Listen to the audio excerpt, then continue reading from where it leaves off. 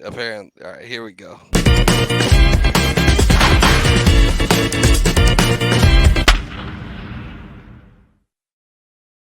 All right, take two. Welcome to episode 5 of the Black Diamond Podcast. I am your host, Chris Hecker. Matty is currently in jail. No one really knows where he is right now, so he is not here. But I have Andrew L. Case filling in. You may recognize him. He is the host of the Middle Initial podcast, and he is the Don of all things Ascension Podcast Network. So appreciate you filling in, Case, and appreciate your patience. Usually Maddie did the recording stuff here, so appreciate you bearing with me because we were just recording for 5 minutes, but not really. It's a part of the learning curve. I went down to my local dairy, and I took Maddie's picture last seen at the wedding, looking debonair and sharp, and basically just put in a bunch of milk cartons. So hopefully the single ladies see that Maddie's missing, and they'll come running and tell us where he is. Yes, but hopefully. uh, but hopefully, Maddie, you're watching this. Whatever's going on, you know, get well soon if it's a get well thing. Keep your head up if it's a depression thing, or if you're just busting your ass working and you need to take care of business. Take care of business. The show will be here, and we'll hold down the fort. That's right. All the best wishes to you, Maddie, and we hope to hear from you and get you back soon. The Yankees just closed out Game 1 of their series against the Orioles. They won 4-2. They're up 4-0 majority of the game. Judge got hit on the wrist with a pitch. Stayed in the game. He looked like he was thinking about getting a second career ejection, but then I guess he thought better of it. But after running the bases, he exited the game, and Trent Grisham took his spot. So, we'll wait to hear an update on that. But before we dive into the Yankees, let's get started with the New York Mets, the Grimace Mets, if you will. They are 6-0 since Grimace famously threw out the ceremonial first pitch at Citi Field last week. The streak is currently in jeopardy, but there's still a couple innings left. The Mets are down 6-4, but still a couple innings left for them to hopefully work some magic. And I see they got pretty much their heart of the lineup coming up in the top of the 8th. Case, how are you doing, and how are you feeling about these Grimace Mets? Listen, man, I'm doing good. Definitely glad to have you part of the Ascension Podcast Network. This is my official congratulations for joining us. Shout out to Maddie. Listen, it's a long season, 162 games in the season, right? And the Mets are in this sort of limbo where we don't know from ownership and the GM what we're going to be. Cohen felt like it was. He kind of made it seem like it was going to be a punt season, but then he's like, it's not a punt season. And then it started to feel like a punt season because Pete Alonso doesn't get a deal, right? And now there's rumors swirling that he may get traded at the trade deadline. We don't know about that yet. We'll see what's going on. We had the whole, McNeil controversy, Lindor with a slow start, and we looked really bad in the month of May. Like, we looked terrible in the month of May. I think we only won like 4 games the entire month of May. We looked terrible. Since May 30th, we've been on fire. We've been a completely different team. We're first in on base percentage since May 30th. Let's see, first on base percentage. We're third in runs scored. We're 20. We're eighth in home runs. First in batting average. First in on base percentage. Second in slugging, and first with WRC plus. So that's what's been going on. The Mets offense finally woke up to match the pitching, which I believe was like a sub-4 ERA to start the season. The starting pitching was fine. The bullpen, not so much. We lost Edwin Diaz for a while. He's back. He had to close. He had to save last night. In the win last night. No, not the save. Sorry, not last night. The night before, because we smacked him we smoked him 14-2 last night. I think the night before he had to save. Edwin Diaz is back. He's the closer. And we just got to keep stringing on wins. Even if we lose tonight, it doesn't. We're only a half game out of the third wild card spot, and it's a long season. It's a long season, and we're hanging on to everything. First, it was the pimp. We had the pimp in the crowd. I forgot what his nickname was, and then now we have Grimace throwing the first pitch. And I don't know what Grimace is. I don't know if he's a piece of jelly.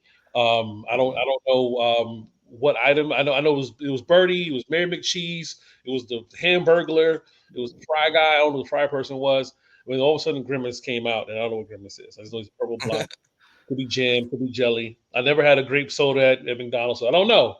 He's got an eggplant. He's eggplant shaped, but he's Grimace. So I did have a Grimace shake last summer when it was out. I think I had I'm not ashamed to admit I think I've had more than one Grimace shake, and it was a berry flavored milkshake. So I guess he's like some sort of a berry. I don't know, but or we don't even know if I don't think we even know. I shouldn't even say he. Like we don't even know if Grimace is a man or a woman. I mean, I don't know, man. Grimace has gone through a lot of different, I guess, changes throughout the years. I don't know what he is. Let me look up, see what Grimace is. Um, okay, I don't know what he is. They don't really say what Grimace is. If he's a berry, he's very interesting. I'll say that much. Grimace isn't Yeah, he's in the smartest berry. If you know yeah, what I mean? not the sharpest berry in the basket, Not at but all. but whatever it is, it's working. It seems like the Mets are a team built on vibes to an extent. With the pimp streak early in the year, and now you got this whole Grimace thing going on. Mhm. So hopefully, yeah, that's a good point though. Hopefully they can keep it up. It is really interesting to see like how this next month or so will go for the Mets, because it's really gonna. I mean, right now, like you know, aside from the playoff teams and aside from the Rockies and the Marlins, there are uh, like one, two, three, four, five. There are six teams that are all within 2 games or less of that last wild card spot.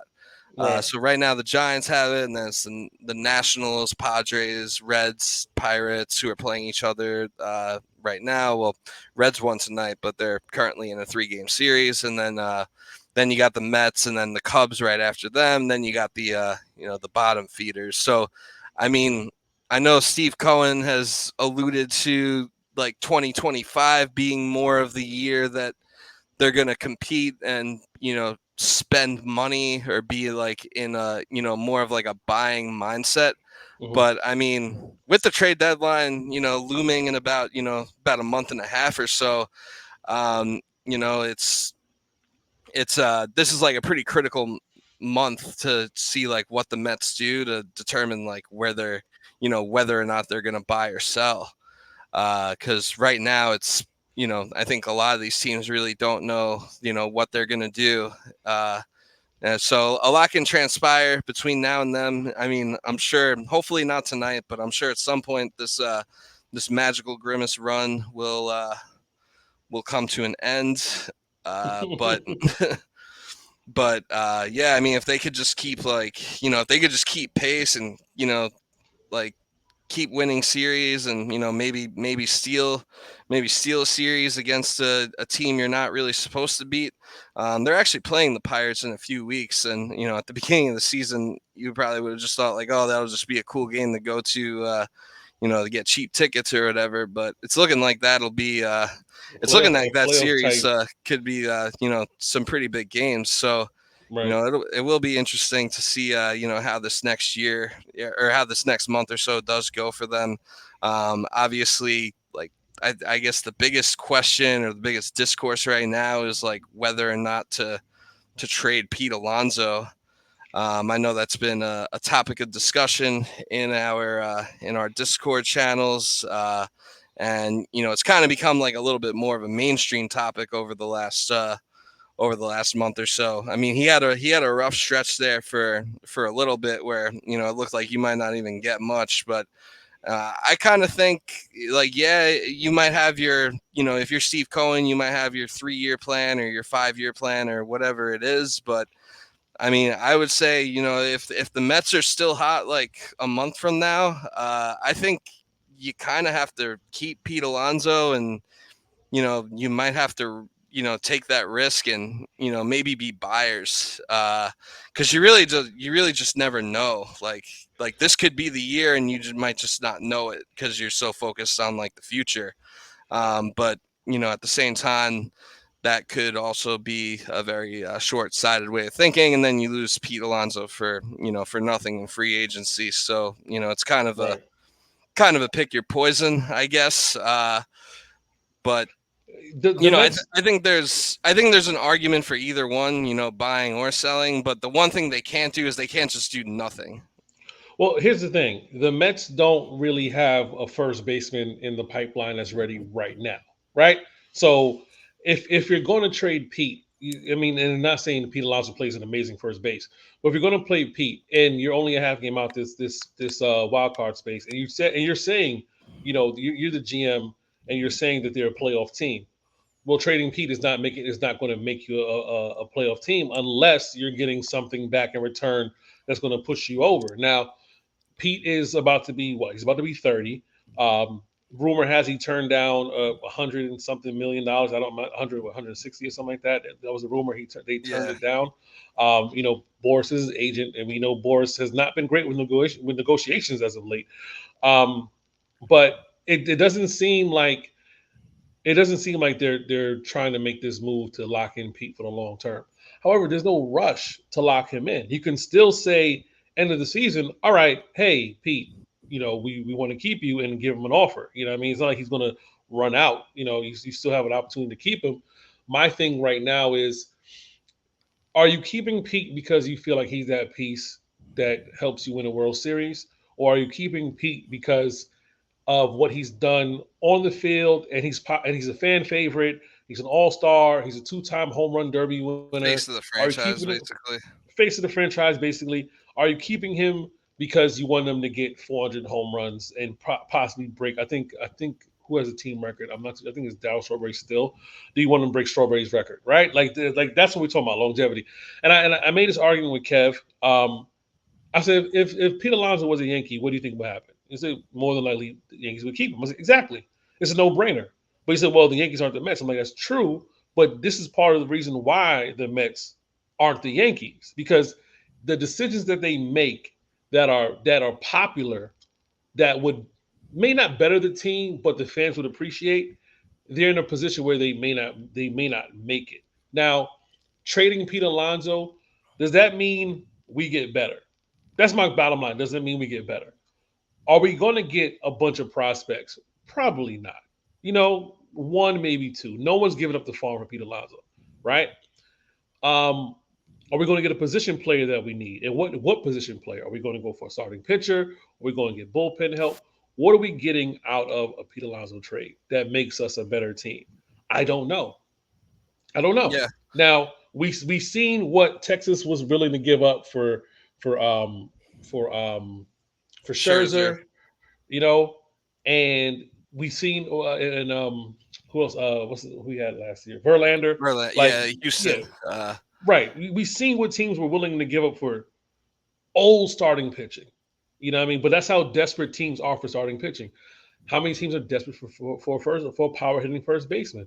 When you have teams that are locked in, Dodgers locked in Well, their first baseman, Braves locked in their first baseman. How I many could teams think are of one team that's desperate for a well, power hitting first baseman right now. right? But then you got your boy Rice, who just came up and had a decent start to his career. I don't know, but still, are the Yankees willing to come up with some top prospects for Pete Alonso? Yeah, that's yeah, I don't know. I mean, maybe in this year, being that you're only guaranteed Soto for this year, so you have to approach it as like, Mets tied the you know, game. Alvarez double. let's go. The Grimace streak lives Grimace on. power still lives on. Hell RBI yeah. double for Alvarez. Alvarez been on fire since he came back. Yeah, I think that was big for the Mets too, was getting him back. He's like kind of like kind of the missing piece, in that lineup. Get him But back, and JD Martinez actually having a little surge too. Vientos was 3 for 4 today. Alvarez is 3 for 4 right now. But yeah, back to what we were saying. but yeah, I would say, the Yankees, at least the way they're operated now, like they do have their price. I think that last year might have opened their eyes to the fact that that they don't need to have like like a strict spending limit, but I think that they have their price at which like what they're willing to what they're willing to give up for someone, and what they value Pete Alonso is. I don't really know, but I do know that if you look at how many home runs he's hitting in Citi Field and National Oh, League bro, ballparks, which are which are typically the National League parks are overall probably more pitcher friendly than the AL ballparks.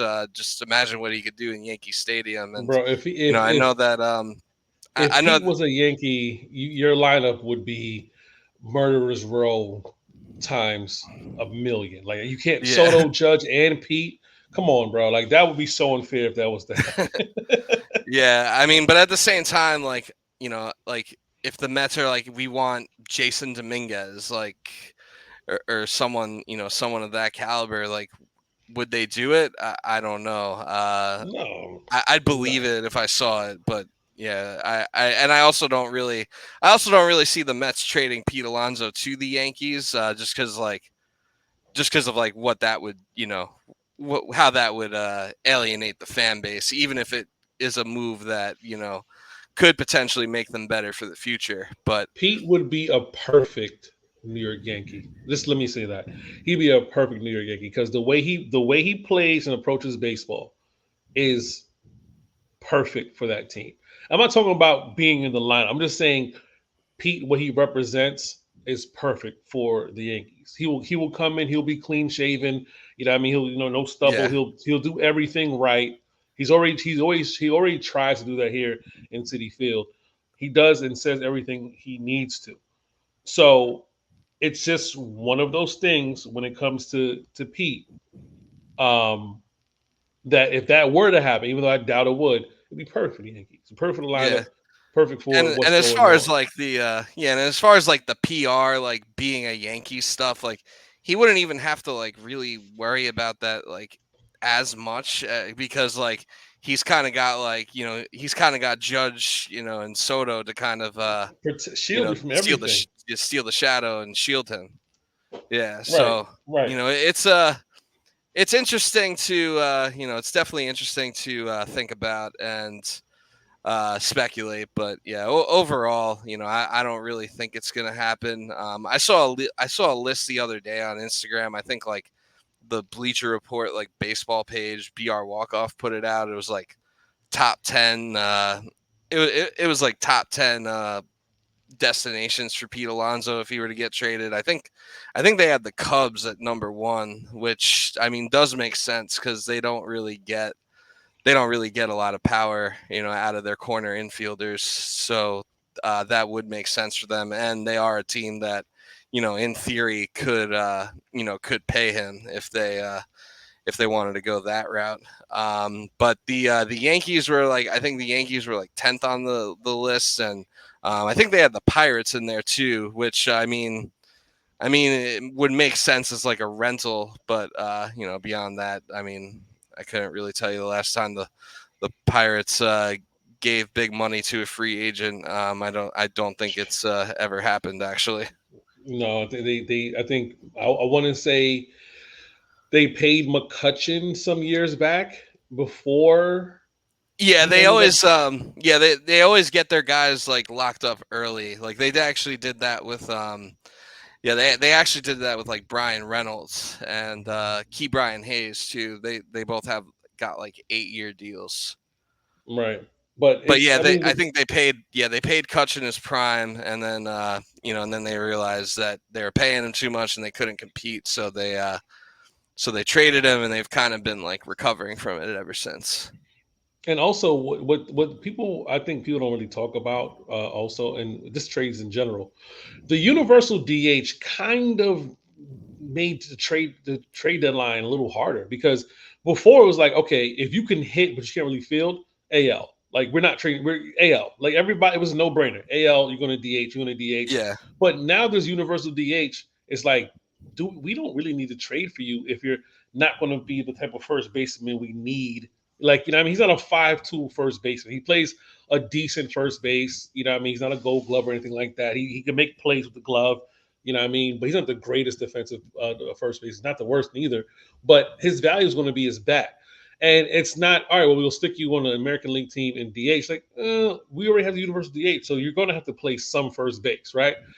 He's not at that part of his career where it's like he's detrimental at first base. He's like unplayable at first base. You know what I mean? Right. So Yeah. he's not there either. So whoever takes him and pays him is going to have to take him and pay him to be their first baseman, like for the next For at 4 least the years. first, yeah, for at least the first half of like what'll presumably probably end up being like an 8-year deal. I don't think he gets 10 years, but No, I don't think he gets uh anywhere near that. I think at like Pete's 7 age, or 8 at most.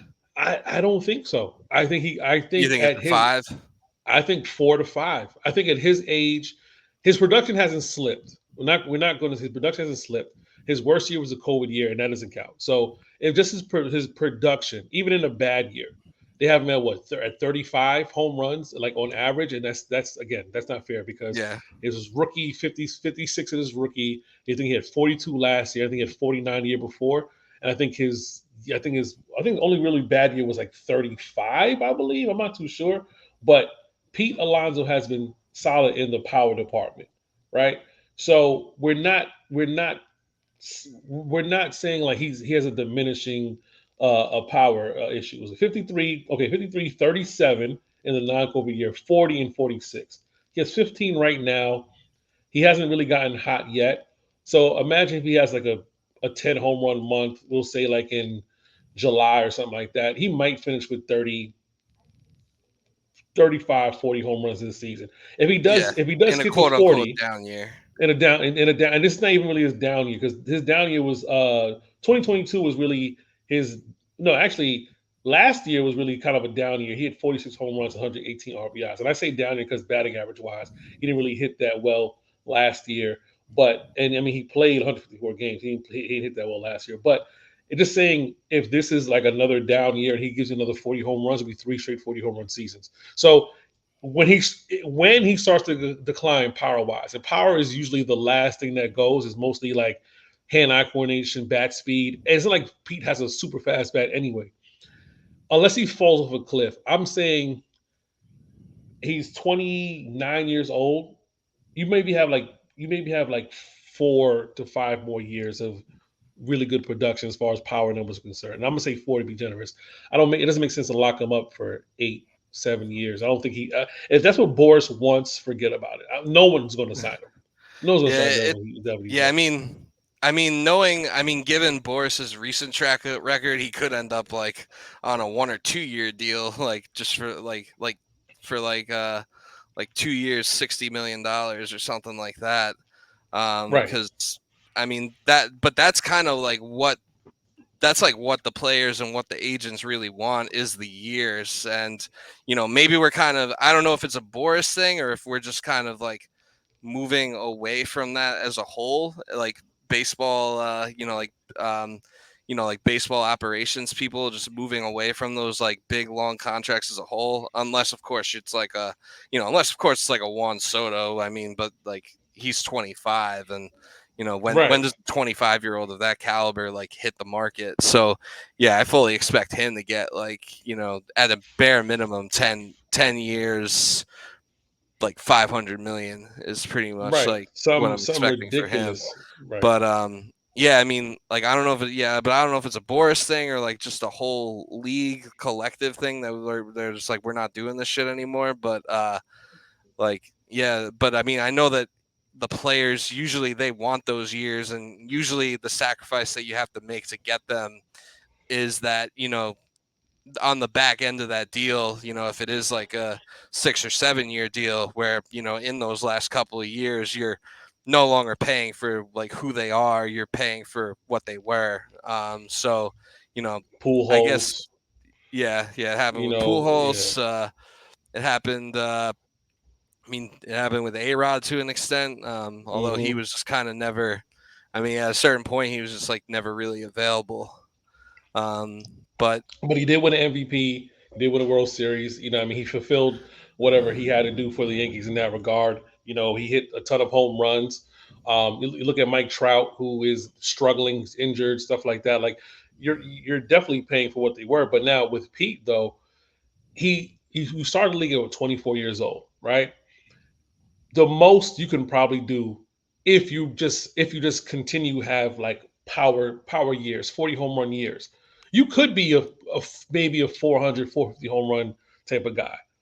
As Peter, and with the Hall of Fame, you're never going to get the round numbers we're used to seeing for Hall of Fame guys. You're not going to get this like you're not going to get like the 500 home run, 600 home run guys. That's nah, out the fucking window. 300 wins out the fucking window. Everything has to go down a little bit. So if you're getting Pete for now, and I'm not talking for the Mets, whoever get him, you're getting him because you feel like he can help your team win a World Series. You're not getting him because he has 200 home runs or he was his third fastest 200. You're not getting him for that because if he was 20, like you said, 25, like Juan Soto, or he was 26, then it's like, okay, you're getting him for everything else. He's 29.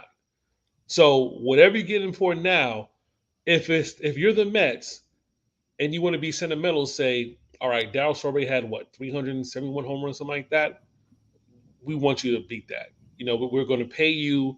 You're projected to get this by the time you're 33 years old, and you know that's it. We're paying you for this much, whatever. But Pete wants to win. So if you're not paying him to win, then what's the point, right? You got Jeff McNeil who's struggling. He's 0 for 3 tonight. They pinch hit for him. You know what I mean? They need to get rid of him. And what are you gonna get back for him? There's not a lot of ROI when it comes to the guys that the Mets want to get. So in this position, if you're not a seller per se because your team is in the race, and you're not a buyer neither because what can you give up outside of the prospects you just acquired? What can you give up to get something? You know what I mean? So the Mets are in a very peculiar situation where you're neither a buyer or a seller. Just got to figure it out. Just got to figure it out. Like which side of the fence are you going to fall on? Are you going to pay Pete? Are you going to trade McNeil? Are you going to bring Beatty back up to play second? Any other young position players going to play? You know, at all? Any of the young pitchers going to come up again? Like Scott, is Scott going to come back up? They said eventually Scott may come back up during the season. They're going to need him if they're going to make a run, especially if he goes into the wild card. Um, if I'm the Mets and I think that we can make a wild card, I got to get some arms. And if Pete is the guy that gives you some arms, you got to figure out who's going to fill out his power position. Not necessarily play defensive first base, but who's going to fill out that power portion. And that's probably more important. But ideally, you'd probably want someone who can, like someone who can basically just take his spot. right, and it's not looking like that. It's not looking like Yeah, that. But we can move on to yeah. I mean, the. yeah. I mean, realistically, I would say like I guess the last thing I would say on that is like it seems like realistically, if you are gonna trade Pete, and if you are kind of in this kind of this like levitating area between like where you're contending but you're not like really contending but you're also not out of it, like it almost seems like if you are going to trade Pete, you kind of have to get, number one, an arm, and number two, like some sort of a MLB ready first baseman, someone that can, play the position, and, at least, maybe they're not going to give you Pete Alonso power, but, at least give you like 20 or so bombs or something like that. Right, and that's hard to come And by. yeah, that's going to be pretty hard to do, even if you do like attach prospects to that. I mean, like you said, like aside from prospects they just got, like who they really have, like I don't really know what tradable pieces they have aside from Acuna's brother. Right, and listen, it's Some people are saying Houston, the Texans, because I'm not sorry, Texans. It's football Yeah, on the and when brain. I say tradable, I mean when I say tradable, I mean like someone that could actually like get you like a difference maker. Right. So the Astros could possibly be a team, but again, what can the Astros give us? We just got from the Astros. What else We'll can give it you give us? Verlander back. Right. Give us Verlander back. We gonna give us Altuve. Like what can? That's what I'm saying. We're going to reach a point where they got to figure out. Listen, we're going to give them up and just say we give it up because we're not going to pay them, and we'll take whatever you got, or we're going to say, hey Pete, you're going to ride out. You're going to finish the season strong, and if by the end of the season you still want to be a New York Met, this is the money we have for you, and that's it. And I think Yep. I'd rather let him play out the season because the free agency pool is going to be a little better next year. Soto isn't locked up yet with the Yankees, even though all signs point that he should, but he isn't locked up yet. So there's going to be a bidding war for Soto's services, and I Yeah. don't know who else is going to be a free agent next year, but I'm pretty sure we could replace Pete Power next season. But this season, he leads your team in home runs. I mean, Alvarez is back. Lindor can hit, but Lindor can carry you in different ways, but he cannot carry you power wise. He's not going to carry you power wise. I think those days his best power numbers are behind him. He's not going to carry you power wise. And then pretty much what else do you have? You have Vientos, you have JD Martinez. Nimmo has pop in his bat. But he can't carry you power wise. You know what I mean? And Right. yeah, he's not. This is going to be hard to replace that. So I figure from the Mets, stand pat unless someone jumps in, bro. Unless someone jumps in like, yo, we really want Pete, and we're going to pay him, Yeah. and we're going to throw 3 or 4 players. And matter of fact, give us McNeil too. We'll take McNeil and Pete off your hands for this haul of prospect slash positional players. Yeah, but I doubt that. I doubt that. Yeah. This just not realistic. I think Pete, unless Pete goes on like an absolute like tear this next month or so, I don't see that being like. It seems like all the rumored or it seems like all the rumored packages of what they could get for him, they all seem pretty underwhelming. So yeah, I mean, while it may not age well, like right now, it kind of does seem like the best thing to do is to kind of just hang on to him and see where the let the results fall where they may, I guess. But yeah, moving on to the New York Yankees, fresh off of beating the Baltimore Orioles. It was a good win. It was good to see, especially with how badly the Orioles beat up the Yankees last time they played each other. But at what cost? Aaron Yeah. Judge was, I believe it was the fourth or the fifth inning. He was hit. He was hit by a pitch on his wrist. And Was it his wrist or was it what's this the metacarpal or whatever? I think it was his wrist, but it was in that area for sure, hand, wrist, somewhere around there. But actually, by the way, before we even start this, and really should have said this at the beginning, but R.I.P. to an actual Hall of Famer, Willie Mays, one of the goats, passed away today 93 um, years old. at 93. Uh, he was definitely was a pioneer for the game, back in the day. Before Barry Bonds broke Hank Aaron's records, he was breaking Willie Mays' records. So, Right. um, you know, rest in peace to him. Obviously, I wasn't. I don't think either of us are old enough to have seen him No. play at all, but Not at all. uh, but yeah, his memory will definitely live on in baseball and in life forever. But had to get that out of the way. But yeah, as far as the Yankees go, yeah. So Aaron Judge, he left the game after running the bases. He was pinch hit for Trent Grisham, pinch hit for him. So not a very good, not a good sign, especially with it being a pretty high leverage game and like not completely out of hand. Like I want to hope that it's I want to hope that it's a precautionary thing that they took him out. Uh, I'm looking on Twitter now. Yankees videos tweeted. I guess it was a interview with DJ LeMahieu. I don't know why they're talking to him because all he does is kill worms with his ground balls. But he basically he said Judge says he feels all right, but it's judgy, so we'll find out more tomorrow. So guess there's going to be MRIs. Yeah. I'm going to guess he at least misses the rest of this series. Hopefully, it's nothing extended where he has an IL stint. I mean, we did just see, you know, and this is like, and this is the best team in baseball, so I don't want to get too doom and gloom about it. But we did just see what their lineup looked like against the Dodgers when Soto was taken out of the equation for a few days. Right. It's a very different lineup if you take one of those guys out. And I mean, Judge is having, Judge right now is the best hitter in baseball. So he's, even more valuable than Soto at the moment. Not to downplay either their value, but, so. I mean, That those are the, like, you could arguably say one in three as far as like the best players in the American League. Like if Soto is second to anybody, I can shoot. Maybe Bobby Witt Jr. yeah, You know what I mean? But those are like like the top three.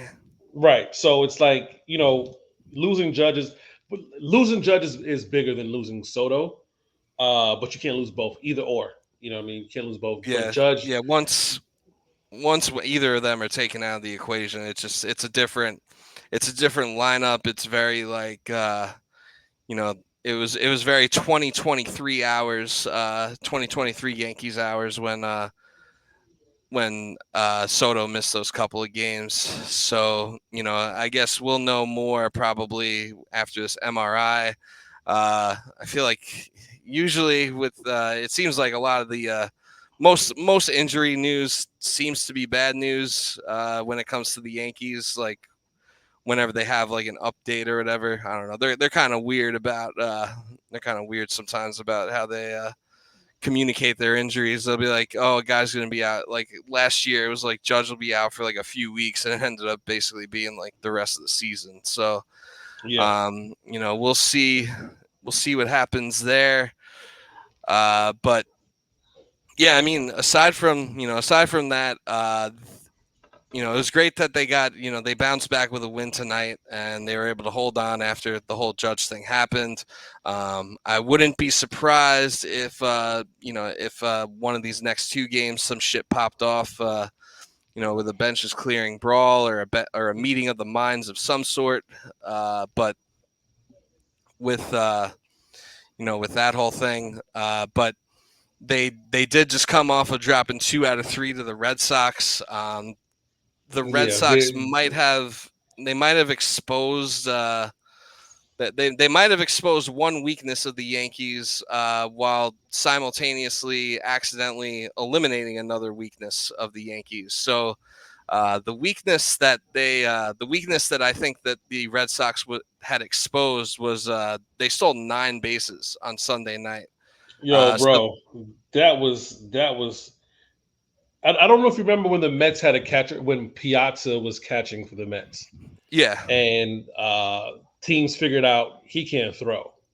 yeah, I'm gonna tell you right now, if the Yankees don't figure out who's gonna play catcher defensively, that's gonna eat them up. Because if I remember those Mets years, they were like daring Piazza to throw. He had one of the worst throwout percentages. I think it was like sub 24% or something like that. It was terrible.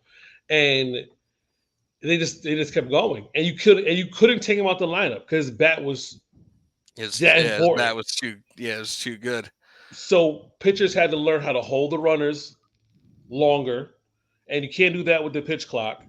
And you can't afford to take them out because if you take them out for a defensive switch, there goes the offense. The Yankees don't have this situation. Yeah, because Trevino can't hit. Right. So you need a catcher. Yeah, He I needs don't to know if catch. and I don't know if Austin Wells is that guy. So I mean, all the all the reports as far as what the Yankees might do at the deadline, all the reports are that that their biggest priority is going to be getting another bullpen arm, which obviously I think should be a priority. I think it will be one. I honestly I don't really see a world where Mason Miller goes anywhere but the Yankees right now. That's the A's closer, who's like kind of like the top bullpen arm that's presumed to be on the market when when trade talks really start to heat up in about a month or so. And that's Looking when. at me, Chris. Grimace power. Peter Alonso RBI double. Mets up 7-6, top of the ninth. One out. Woo. Oh God boy. damn. Oh boy. Runners on second and third. Game's far from over. Pete just The hit a rope down the yeah the third baseline under the third base. Woo! yeah Smoked it. yeah the grimace the grimace power is very real. Power's very You real. know, I feel foolish for even I feel foolish for even questioning that the streak that the streak might have been in jeopardy. But Yeah, the Texas bullpen is trash. yeah, yeah, Texas. Congratulations on your World Series last year, but they Right. are So, definitely not the same team this year. hey, it happened to the Royals, man. Yeah, it happened. It happened very quickly to the Royals, and they're just now starting to like recover from from all the years of mediocrity, which I guess Right. is a nice word for it after they won that World Series. Yeah, against the Mets of all teams too. Yeah. So back to I guess back to your scheduled programming and to your point. Yeah. So I mean, the Yankees definitely have that situation where I would expect Mason Miller to be a trade target, but I don't think just getting him would be enough. You know, I mean, a whole new right side of the infield would be nice, but that's probably not realistic. And yeah, I think catcher is low key something they should be looking at. Like now, I don't know if like a catcher's really going to become available, or if anyone's really going to be looking to trade a catcher at the deadline. But I think if there are any moves that can be made, it should be looked into because. Yeah, Trevino.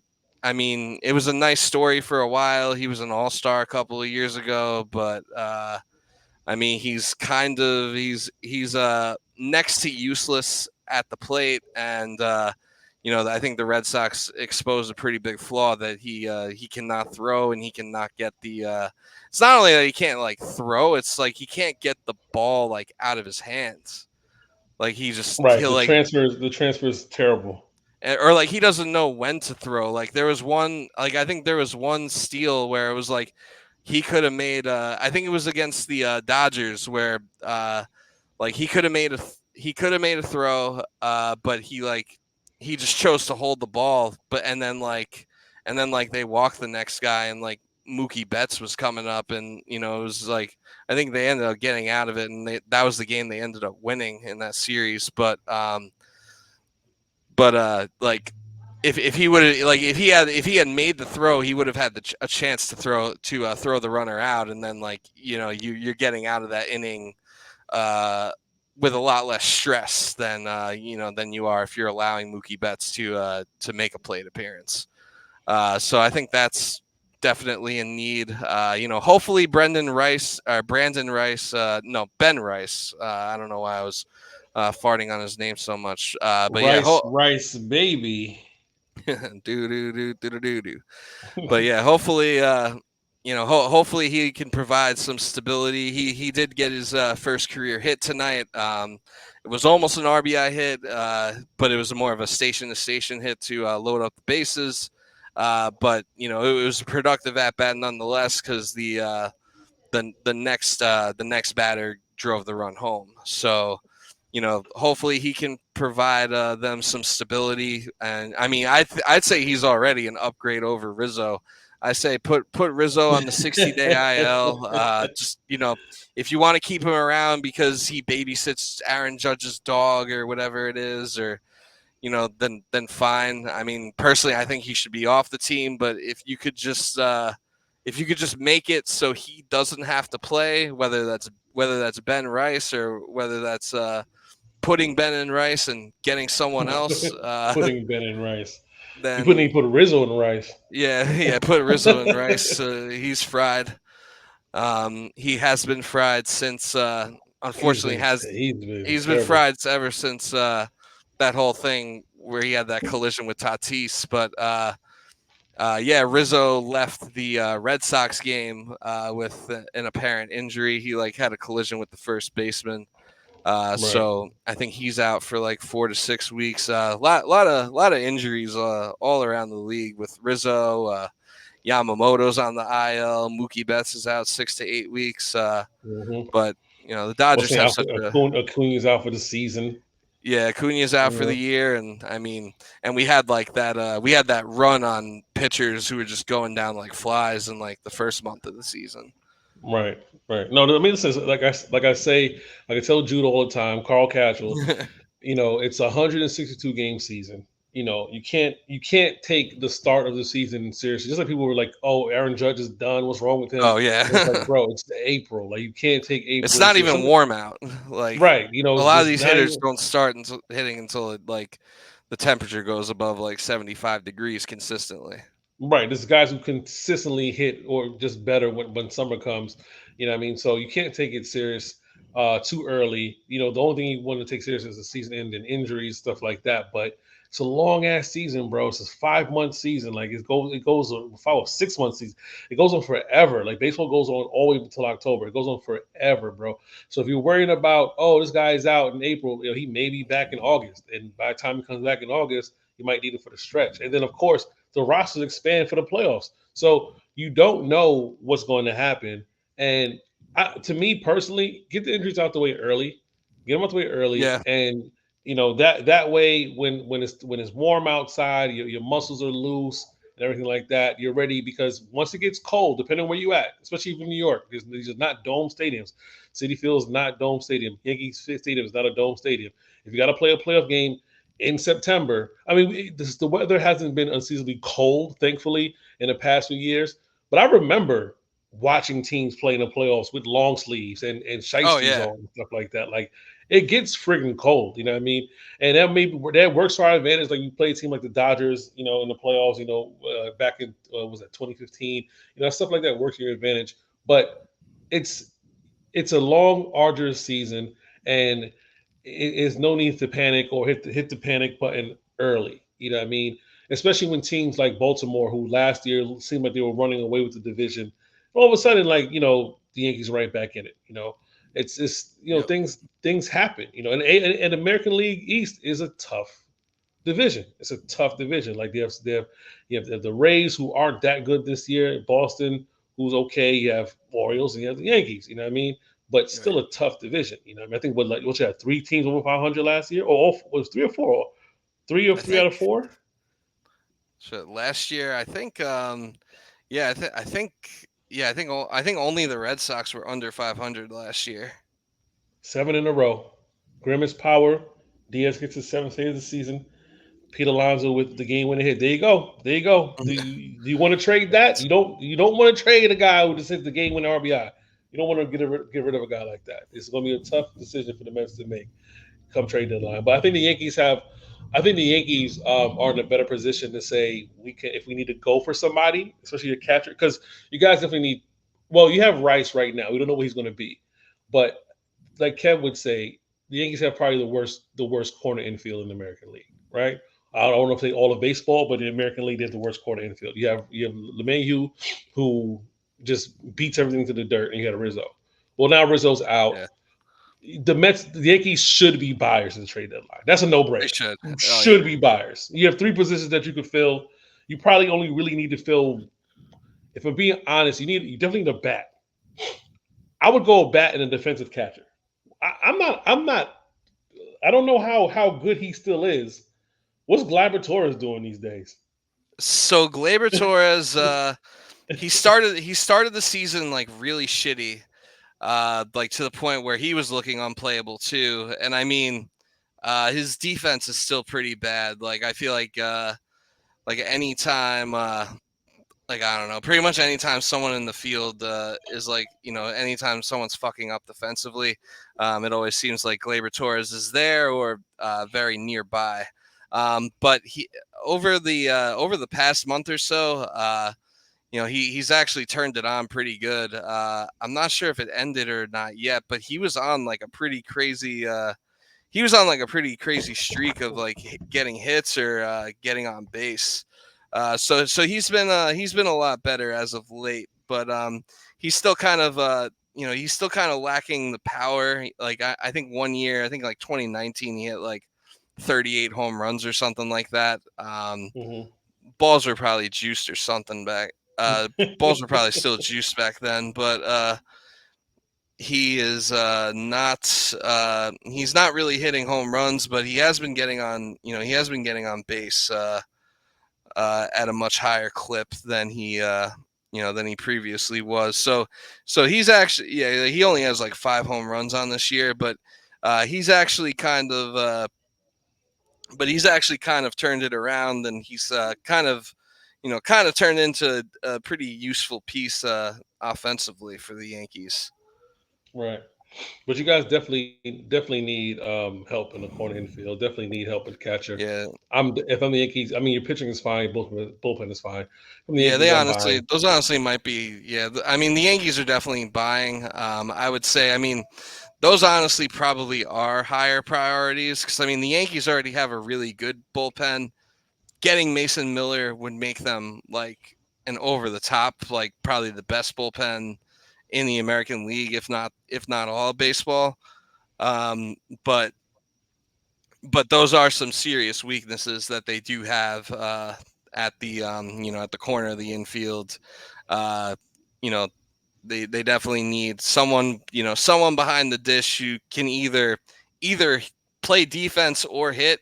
I'm not even asking for both, but we need a catcher that can do one of those things because right now we have two catchers who don't really do either of those things particularly well. Well, remember So the Yankees used to have interchangeable catchers. Remember it was Posada and what was it, Posada and Girardi at one point in time. yeah, Like they it would, was Girardi and Posada. Like Girardi's career was like ending as Posada's was starting, right. and But then they he had would be like like the defensive replacement, at times because even though Posada was good behind the plate defensively, so he would catch certain guys and come in for defense, defense and everything like that. Like I remember those Yankees teams. Um, they need something like that. They probably need two catchers. They probably need one who can hit, possibly play a little DH sometimes, part time, and somebody who can catch. If they're not going to go that route, I don't know who's available catching wise. Who's available? Gary Um, Sanchez. bring back Gary Sanchez out of where's he in Baltimore right now? No, he's in Milwaukee right now. Bring back They're Gary they're Sanchez. not they're probably not gonna. I mean, I'm not even being serious, but they probably wouldn't trade him anyway because they're kind of they're in first place in the NL Central, which is not a very good division. Very, But very, very bad. there's really no reason they shouldn't win the division. So I don't really see them. I don't really see them parting with him. I don't even really know like how much he plays, to be honest. I think I think he kind of just hangs out in the dugout and like packs fat lifts. There's a video where he was like, there's a video like over the weekend where he was he packed like a full lip of chew or whatever. Now listen, man.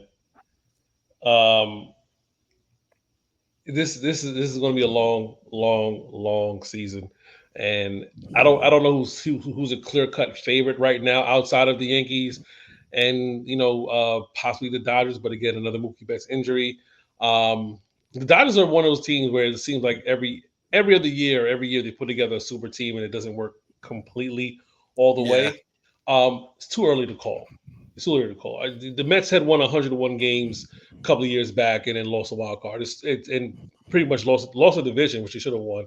and then lost the wild card. It's a long ass season. It's too early to call who's going to do what, who's going to make noise in the playoffs, who's going to be a contender. If it stopped today, I would say Yankees. You know, but I'm not saying running away with it. Um, I can say Dodgers. I'm not saying running away with it, but Yeah, this Phillies. Unfortunately, Phillies are Phillies are playing really good up there. this year. Right, the Braves lost a big piece, but they're still They the won. They Braves. won the world. Yeah, and they won when they won the World Series in 2021. He had a season-ending injury too. Right, so it's too early to call whatever. But what I know right now is the Mets won 7 in a row, and we're right back in the thick of things. With 2 games under 500. And the Yankees, have been arguably the best team in baseball over the past 2 months, and it's good to be a New Yorker again. We Yeah, had Knicks and Rangers. Unfortunately, the Knicks got banged up and couldn't make out the second round. Rangers couldn't beat Florida. In Florida right now, it looks like they're about to blow a 3-0 lead. yep. Edmonton just Edmonton just closed out Game 5, so they're taking that long ass flight back to Canada. Right. So it's and of course, unfortunately, the teams that you don't want to win, Boston winning the friggin' NBA Finals last night.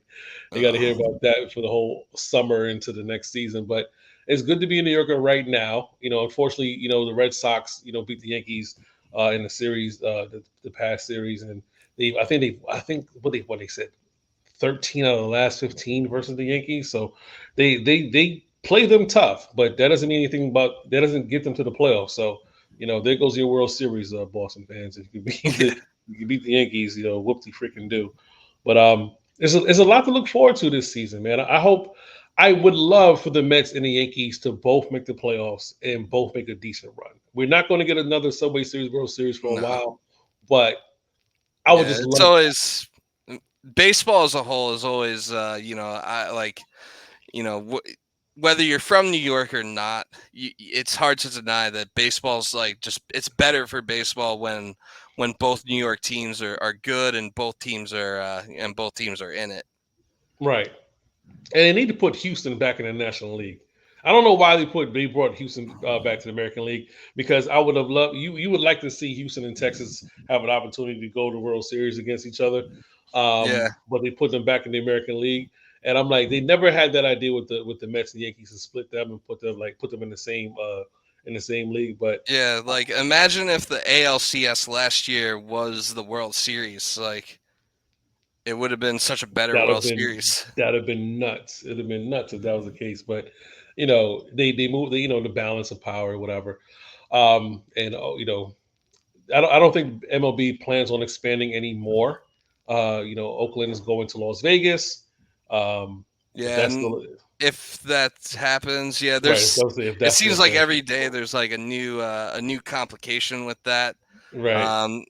Right now I feel like they just have to focus on getting Sacramento like with everything going smoothly. But because it seems like every day there's like some sort of setback with getting the stadium like approved or built. But I mean, I think it'll happen eventually. But I think they might be in Sacramento maybe a little longer than anyone wants them to be.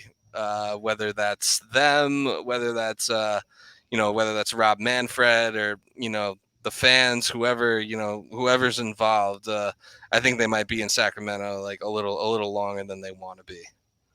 Yeah, I mean, the only other option would be if it especially blows up, is now you can expand and bring two more teams, but I don't know where the second team would be. Uh, bring back the Expos. Listen, Yeah, put Expos would be sick. I could see like either like Nashville or like Charlotte, North Carolina getting a team. Yeah, one of the Carolinas definitely need a team, because it's kind of crazy how you have a whole movie about the Durham Bulls and stuff like that, and Carolina does not have a baseball team. There's like Yeah, a lot of baseball that goes out in both South and North Carolina. I'm surprised it's not yeah, two Carolina teams. You know what I mean? If you're not going to bring back the Expos, I would definitely would make a bid for two, because South Carolina is, well, the Carolina Panthers are kind of split between South and North, right? Because Yeah, the they Carolina play in Planet Charlotte they though. play I in mean, Charlotte. No, they play in South Carolina. no, they practice in South Carolina. Practice I South think, Carolina and play in and they Charlotte. play in Charlotte. Yeah, and Right. then the Carolina Hurricanes play in Raleigh, but because they're just the Carolina, not the North Carolina, it's kind of like they represent like both states. Right. South Carolina needs a baseball team. They need a major league team. Let's be fair and give South Carolina a major league team. Give them a major league baseball team, and then throw a North Carolina baseball team on top of that, and we have and split them. American League, National League. You know what I mean? Yeah, If the whole go Oakland going to Vegas thing doesn't happen, because as much as the Vegas expansion is upon us. You know what I mean? You got the Aces. WNBA. You have the Raiders over there in Vegas. I don't think Vegas needs a baseball team. I don't. I don't. I said no, Vegas yeah, needs I baseball think doesn't they really. I mean, wait. Who's the AAA team that plays up there? Area 51s. Who's that's didn't that used to be a Mets affiliate? I think so. I think so. The Area 51s were like a Mets affiliate. I don't know if they still play out there, but let me see. Area 51s. Yeah, do they even? Baseball. Oh I'm no, pretty they're sure not even that. They're the Las Vegas Aviators now. the Aviators are they Yeah, they play in are they like? The Pacific Coast League. They're AAA affiliate of the Oakland Athletics. Oh, okay. I mean, that Yeah, makes Oakland. sense with them They moving there were a part. They were affiliated. Good trivia with the question. They Mets. were from 2013 to 2018. Then Oakland took over in 2019. Yeah, it So is yeah, kind of crazy how like all those a lot of those minor league teams will kind of like switch like who they are affiliated with. Like I think the Hagerstown Suns, they were like the Nationals, but like before that they were somebody else, and I think now they don't even exist anymore. right. But that's a bit of a rabbit hole. Um, You could be. uh, I learned a lot about the AAA teams playing MLB The Show. Road to the yeah. show, wherever you Oh pick. yeah. Yeah. Especially if you suck. If you suck, you got traded. Yeah. And then you're just like floating around the minor leagues for like Right. years. I feel like it's probably worth mentioning the latest gambling I guess the latest gambling scandal. This one, a MLB umpire, Pat Hoberg, Yes. who has been they weren't very clear about what the deal is, but they said that they had disciplined him for violating league's gambling rules, and this was like 10 days after those players got banned, after the one player got banned for life, and then a few of the there were a few others who got a year suspension. Right. So just the latest you know, just the latest, how could just the latest segment where you're asking how could this happen on ESPN when, the segment's sponsored by FanDuel or whatever. Right. But yeah, I mean, like, I'm surprised it's like not really getting like. I feel like they kind of just swept it under the rug in a way. They were like, "Oh yeah, we're disciplining him," and then like nothing else has really come out. I felt like this would be like a bigger story, like almost like a Tim Donaghy-esque type of thing. Well, here's the thing. You introduce gambling to sports. You're making billions of dollars in revenue. Podcasts are making money. There's different things opening up. You have to turn a blind eye to the negative, right? It's like if Yeah, you go to Atlantic City, you go to Vegas, right? And as a regular person, I may go if I on a good weekend if I have the bread, maybe I'm spending $500, right? Um, but of course, you're tempted if you go low. Hey, I might pull out 200, whatever. Bro, if you don't win nothing, you got to come back home. And it's like, hey, I just some people can't afford to lose $500-700 on a weekend. And then they have if you need money, you go get a loan and get money if you go get paid out, whatever. There's a dark side to gambling. We talk about how gambling, build casinos, build brings revenue, but that doesn't trickle down to residents. You know what I mean? Maybe a few people get jobs, but not high paying exclusive jobs. You're not becoming a pit boss overnight or anything like that. Like I've known yeah, people when I used to go to Atlantic City who's been at the same like roulette table for like years. You know what I mean? And they live off tips. You know what I mean? If they get, especially if a table's hot, people will hate you if the table's cold. They won't come and play. They won't tip you. So if the table's hot and you're winning, put some money in your pocket. I've Yeah. heard wild stories, but the dark side of gambling that people don't talk about, the degeneracy, the how it breaks up homes, theft, and everything. They don't talk about that. And they're going to give you that phone number. FanDuel's going to remind you about how much you spent, but no one's going to say, "Hey, Chris, stop gambling," or "Hey, Chris, take it easy." No, we've seen the dude from the Jacksonville Jaguars steal money. We've seen the Otani stuff happen already. You know, it's not going to get better. It's going to continue to get worse, and eventually they're going to have to face the music. And Canada just launched an investigation against the Toronto Raptor player who had ties to somebody in Brooklyn, and I think it's ties to somebody else in Florida. Like, this is getting deeper and deeper as we go on, and international investigation from Canada's officiating. Hey, we don't have legal gambling here, so we don't have a dog in this fight.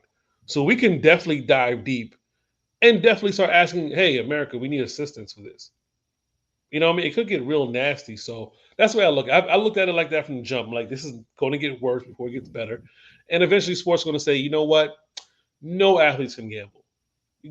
Everyone else can, but athletes stay far away from gambling.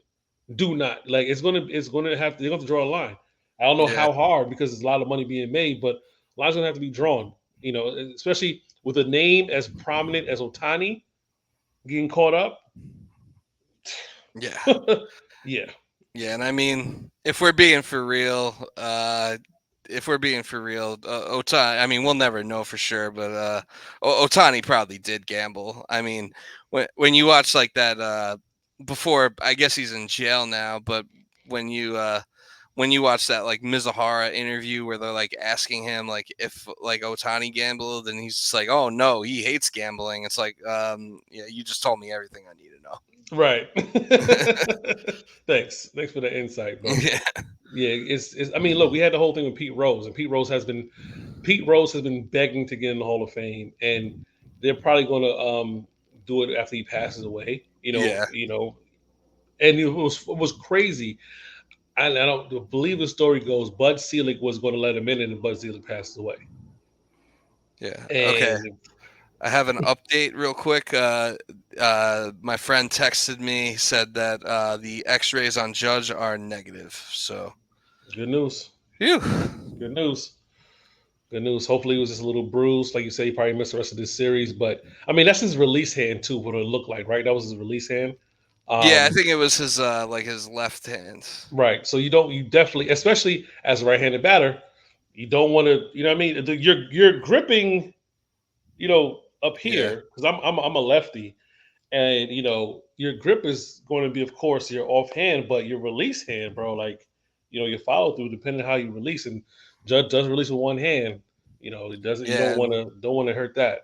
yeah. Even if it's not your dominant hand, that's kind of the hand that's like providing the most power. Right, right, and also if you're dipping, dipping your bat anyway, or your release, yeah, you definitely don't want that. But negative, we can move forward, and hopefully he's just out for the rest of the series, and he comes back to be the goat player he Yeah, is.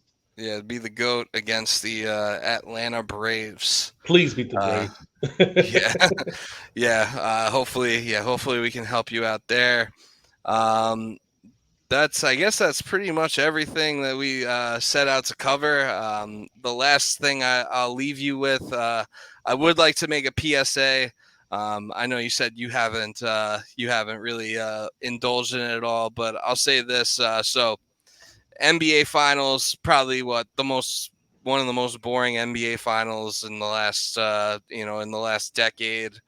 Maybe the most boring NBA Finals I've ever seen, aside from maybe like one of those years the Warriors swept the Cavs or whatever. But yeah, NBA Finals were pretty boring. The Stanley Cup Finals were pretty uninteresting. Although it's 3-2 now, so it's about to get Connor David. interesting. Connor Uh, David. yeah, Connor McDavid, but I would say, if you're if you're exhausted, watching these shitty playoffs, give the college baseball World Series a chance. I've kind of just started watching it this year. It's probably like the most I've really like the last 2 years. It's probably like the most I've ever really tuned into it, and it's a lot of fun. They kind of have a similar, like they have like kind of like in it for the World Series itself. They kind of have a similar format like to the basketball tournament. And it's like the elite eight teams like go into the World Series, and then they play like double elimination games, and all the games are, for the most part, with the exception of a few, all the games have been pretty close, very competitive. Florida has this guy Jack Caglione who hits bombs and is a lot of fun to watch. There's no like real like Paul Skeens type of prospect to watch in the World Series, but yeah, no, the College World Series is good stuff, and I think that it should be given. People should give it a chance. Unfortunately, Jude's Wolfpack were eliminated a Oh, day or two that's ago. fine. That's fine. I wish nothing but the worst for any team that you cheers for, other than the teams that we mutually cheer for, which is New York Jets. That's it. That's it. If he cheers for North Carolina State, boo, boo. Shout out. You know, what I mean, don't hate me, NC State fans. It's your alumni. Okay, Yeah, the he's alumni. like the alumni. You know what I mean? Should post that picture in that red suit he had on.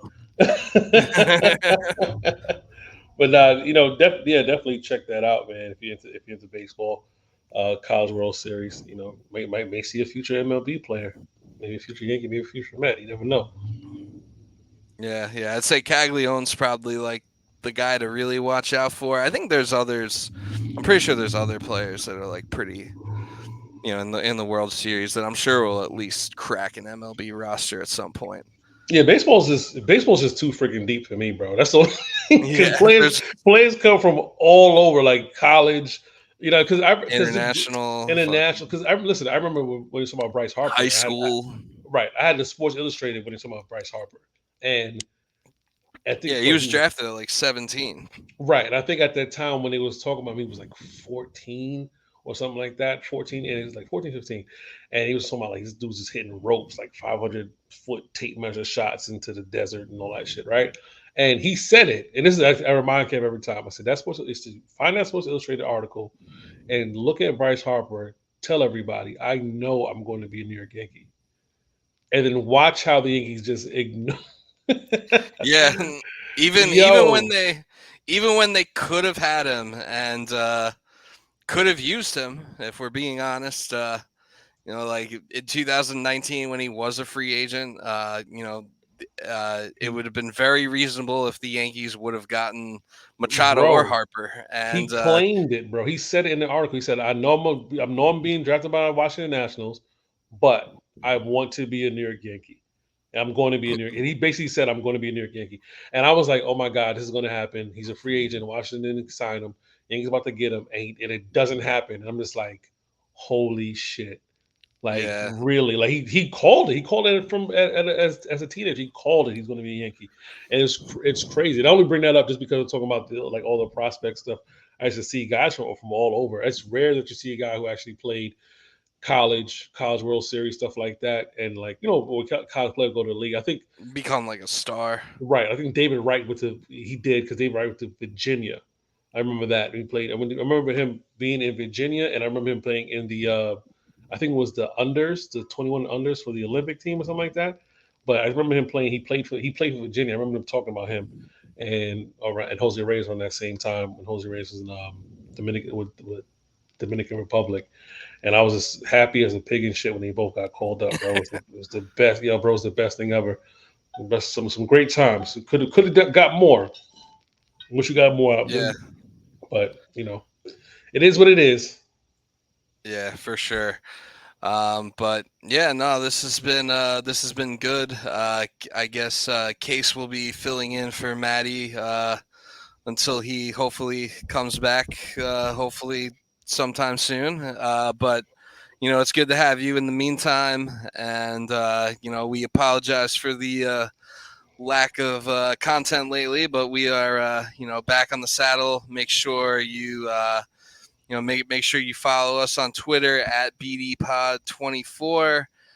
Make sure you, of course, follow the Middle Initial Podcast at MIPOD69 on all socials, and the Ascension Podcast Network. I believe that's at Ascension Pod NW, if I'm Yes, not Ascension, mistaken. ASCNSION, Pod NW, Ascension Podcast Network, home of the Middle School Podcast, home of the Black Diamond Pod, and we have a new pod coming soon, college pod coming soon. So you're going to get some college content. I believe it's going to be by the time July rolls around, so the end of June. So got some content coming soon. Growing the network. Don't worry if Maddie. Don't worry about Maddie for now.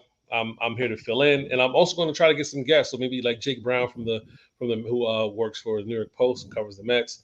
I'm definitely going to reach it out. So won't just be me. Just going to try to grab a host of different people who watch the Mets, support the Mets, to fill in and pop in and be special guests. So if you don't see me, you're going to see somebody, but you're definitely going to see me, and you're definitely going to see Chris. So, and make sure you're following and subscribe. Subscribe to the YouTube channel.